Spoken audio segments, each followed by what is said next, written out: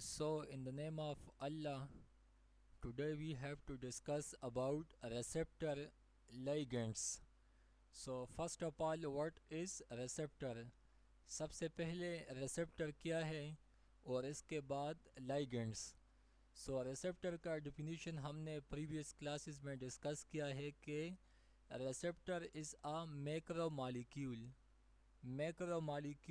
located on the surface of cell inside inside the cell, and ligand is basically a neurotransmitter, a chemical, toxin, drugs and hormones. We collectively call this ligands. So first of all, agonist क्या है? Any substance, any drug that produces some of the effects of endogenous compound when it interacts with receptor. इसका दूसरा definition है ego mean act or action. So drug which stimulate the receptor and produce a positive response. Note: drug must have affinity and intrinsic activity to be an agonist. तो agonist का मतलब यही है कि कोई भी ड्रग हो, कोई भी मेडिसिन हो, सब्सटेंस हो, जब वो रेसेप्टर के साथ बाइंड होती है तो वो रेसेप्टर को स्टिमुलेट करेगा और इसके नतीजे में पॉजिटिव रिस्पांस सामने आएगा. सो एगो मीन एक्ट और एक्शन. जब कोई भी मेडिसिन रेसेप्टर के साथ कंबाइन होता है तो उसके नतीजे में या तो स्टिमुलेशन आएगी या इनहिबिशन आएगी. तो any substance, any drug which combine with the receptor and they will doing their action there. So drug which stimulate the receptor and produce a positive response. First definition: a drug that produces some of the effect of endogenous compounds when it interact with receptors.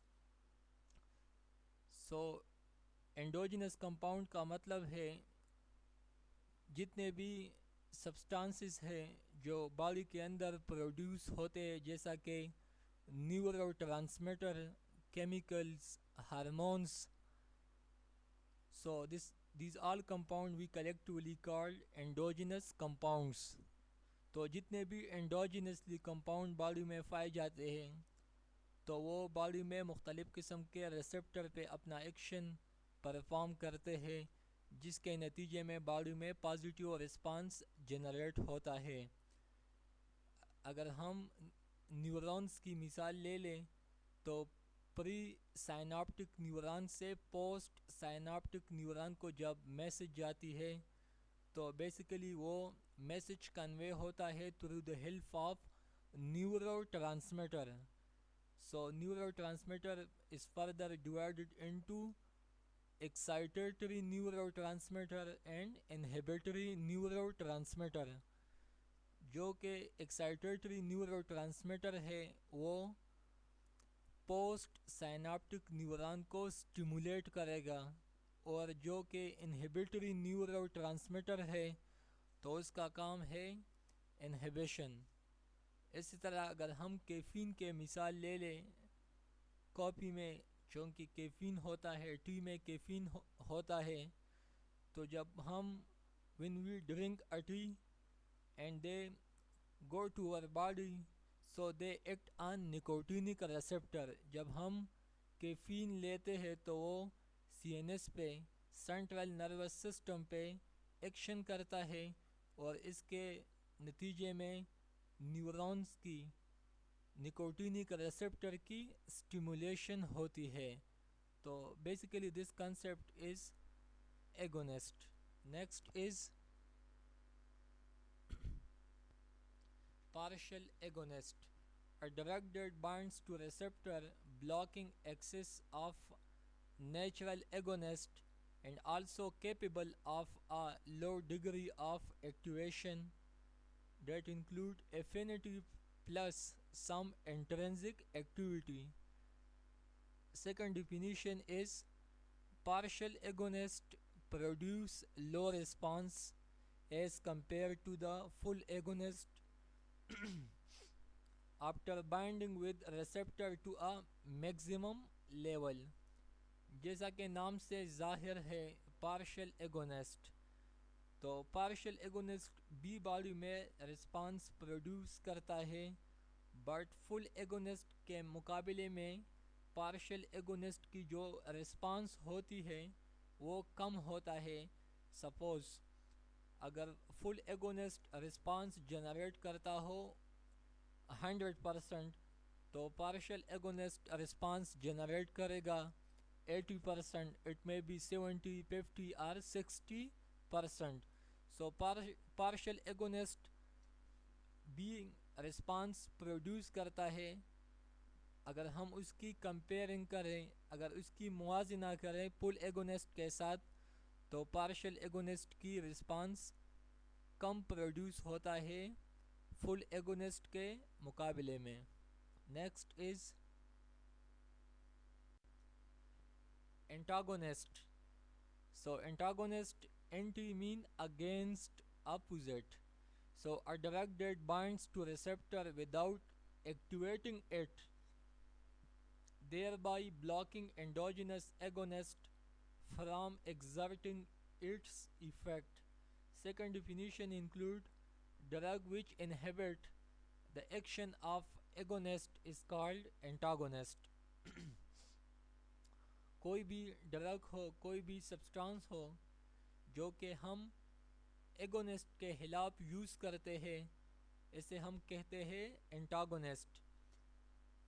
अगर हम किसी emergency case की मिसाल ले ले, अगर किसी बंदे ने पॉइज़न इंजेक्ट किया हो या इंजेस्ट किया हो बॉडी में, तो उस पॉइज़न के एक्शन को ख़त्म करने के लिए हम यूज़ करते हैं antidote.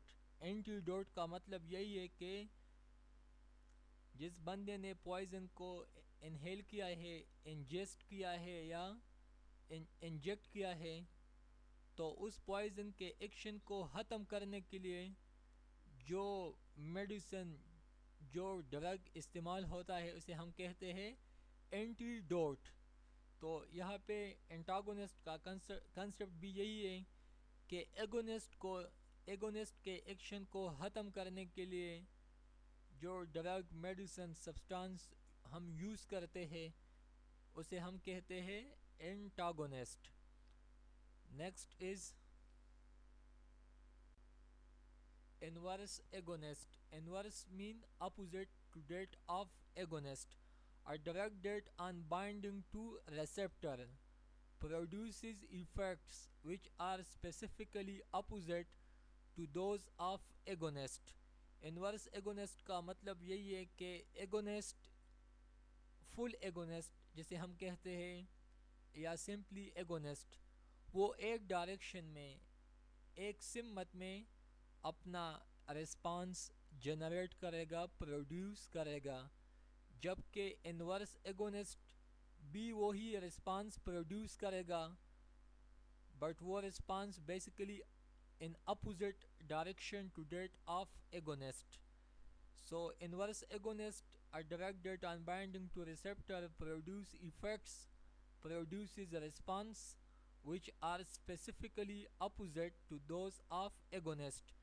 So agonists are full agonist, and the opposite phenomena we call it inverse agonist.